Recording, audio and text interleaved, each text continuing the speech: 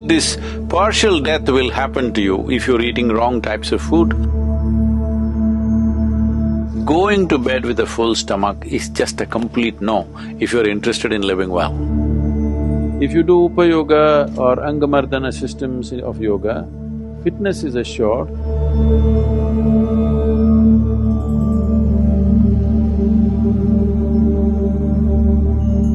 About eating food, in India there has been and still is to some extent, but unfortunately our modern schooling is wiping it out completely but there is a whole knowledge about at which time of the day what will go best into your system, in which season what will best integrate into your system. Like this, there's a whole elaborate cultural aspect. Eating without necessary sensitivity, neither for the food nor the time. You have no sensitivity, simply you eat something that comes your way. There is a big price to this, attached to this, there's no question. Above all, it is not just about ill health.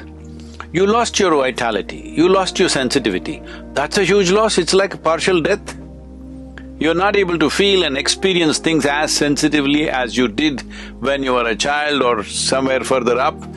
That means you're half dead. So this partial death will happen to you if you're eating wrong types of food. If you just become little conscious, simply the quantum of food that you're eating will simply drop like that. Because you don't need so much food. The more food that you've put into this, the more it has to process to get the same amount of energy, it is taking a toll on the body. Let's look at it this way. 1960s, you had those big Fords and Chevys, massive ones like battleships, all right? How much gas they were drinking, and today the modern sleek machines, how much they're drinking? Well, now you're going into electric cars, nothing, no sound, no exhaust, no nothing, it's going smooth. So essentially, even with the machines we create, we are looking at fuel efficiency.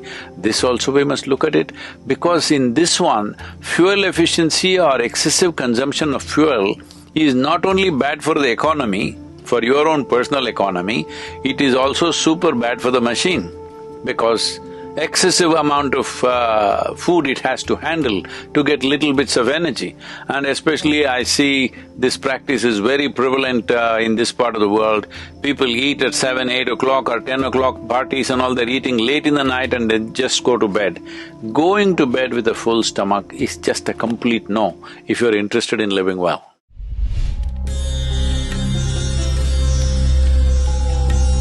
There is something called as Upa Yoga, that means sub-yoga, or useful processes of doing things which has no spiritual dimension attached to it.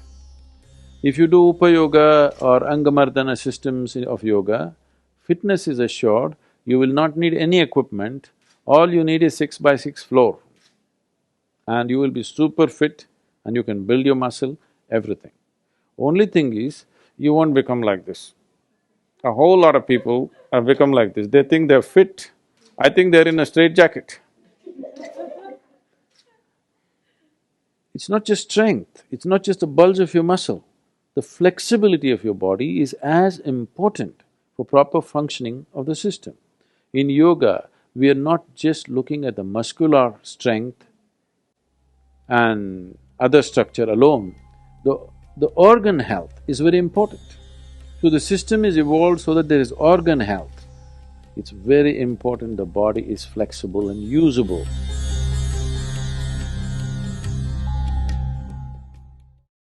Fitness and well-being does not mean walking on a treadmill, having bulging muscles like that, no.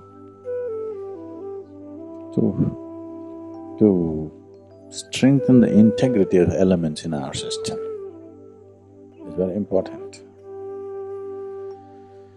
So is there some way to do it? Yes, there are specific methods with which we can do. One simple way right now is work with the earth and water and plants and stay outdoors. That itself will do something. But in yoga there are specific methods.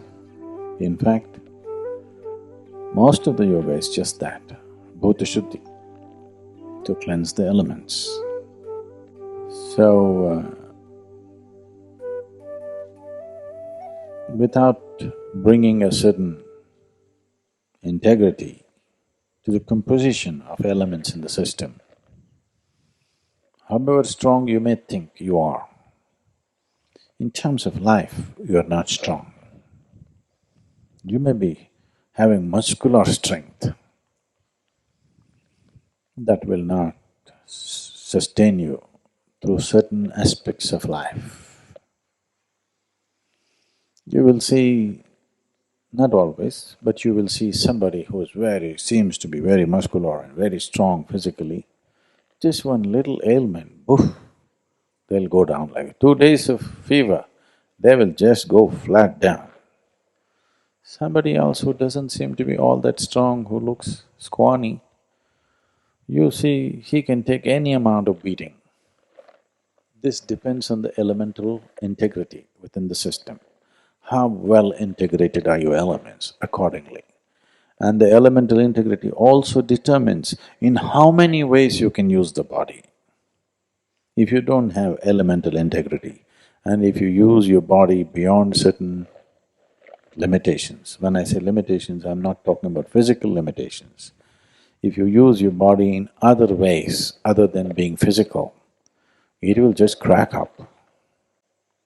And that's why the yoga sadhana starts with bhuta shuddhi. All aspects of yoga are essentially bhuta shuddhi being manifested in so many different ways.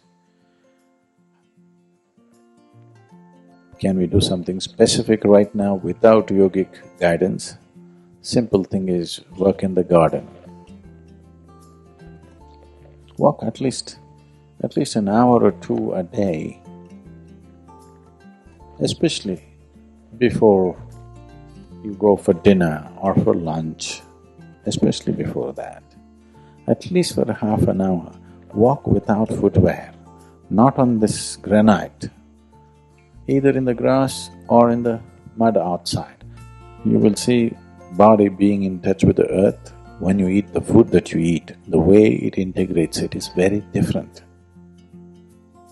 Digestion will anyway happen, but how much you can integrate into the system depends on how much you're in tune with the earth.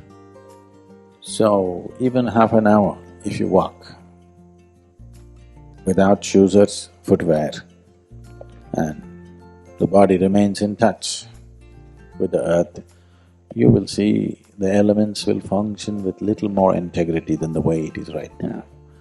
So, a certain amount of being in the outdoor, being with the sun, being with the wind, being with the rain, being with the earth is very important because that is what you are. You are a product of that, you are a manifestation of that.